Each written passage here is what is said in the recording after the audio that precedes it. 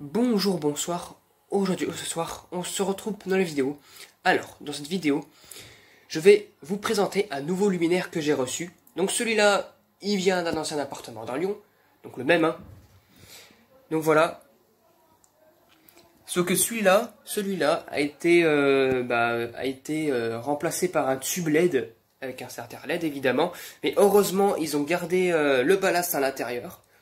Donc pour le test, je vous ferai le test avec le tube LED. Et puis par la suite, si voilà, dans la vidéo normalement, je le ferai aussi par la suite par un starter de tube fluorescent donc un starter LED et ensuite un tube fluorescent. Donc voilà à quoi il ressemble. Donc il est un peu poussiéreux. Bon, évidemment, les tubes LED de base, comme je vous dis sur ma chaîne YouTube, si vous allez dans les à propos, vous verrez que normalement je ne présente pas de LED.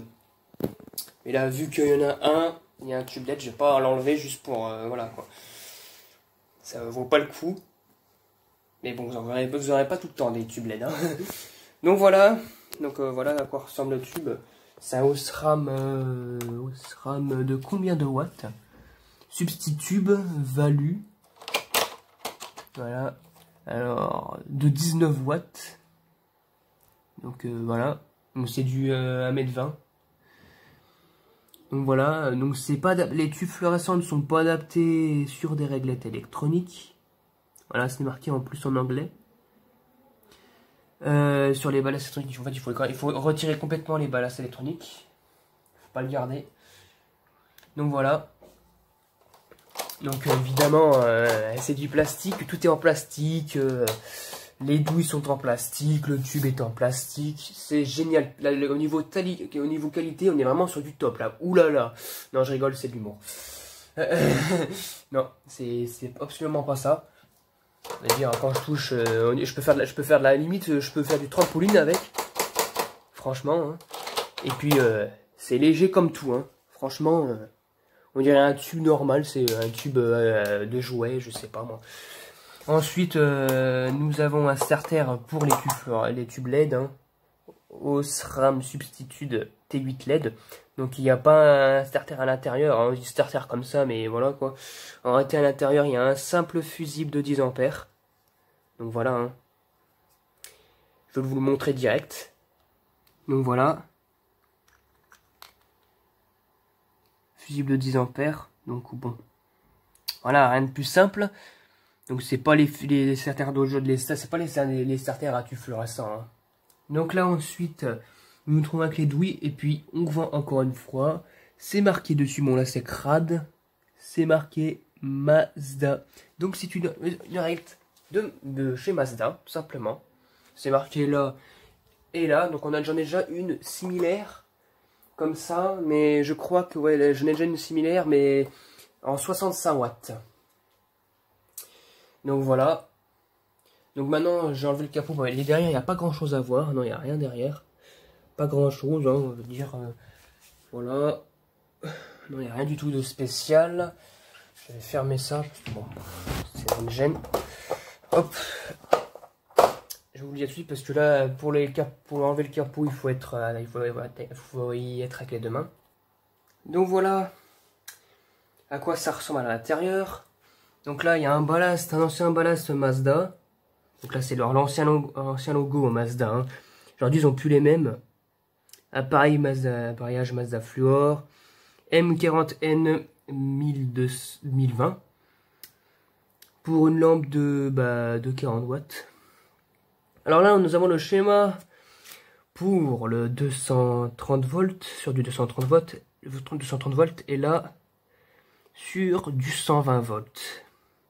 Et oui, le ballast, voilà, il y a un mot, j'appelle ça un petit peu, comment dire, international, c'est que on peut très bien le connecter sur un secteur 120, comme on peut le connecter sur un secteur de 130 volts, sauf que le branchement ne sera pas les mêmes.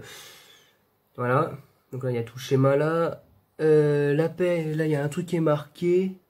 Cet appareillage doit être normalement aéré, donc voilà. Donc voilà à quoi il ressemble. Là on a encore un autre truc. Voilà.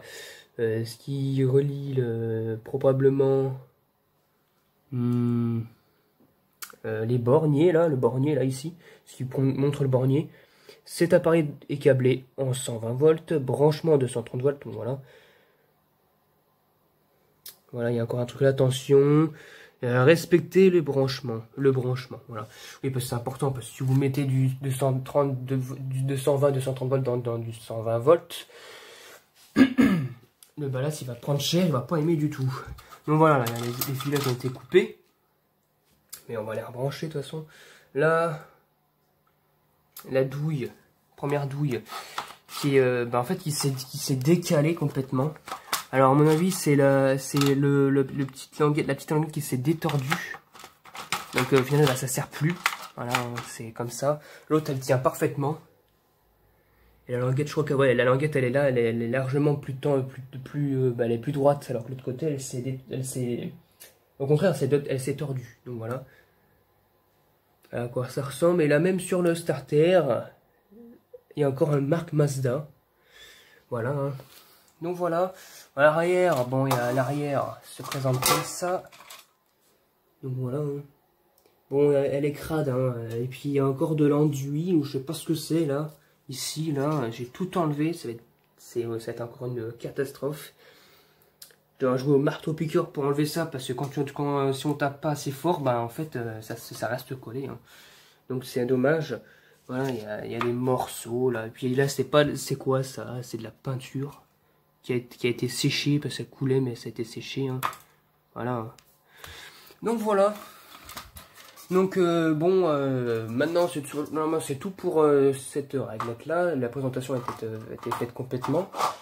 Voilà. Voilà, le temps de mettre le starter à sa place. Alors ça se met comme ça.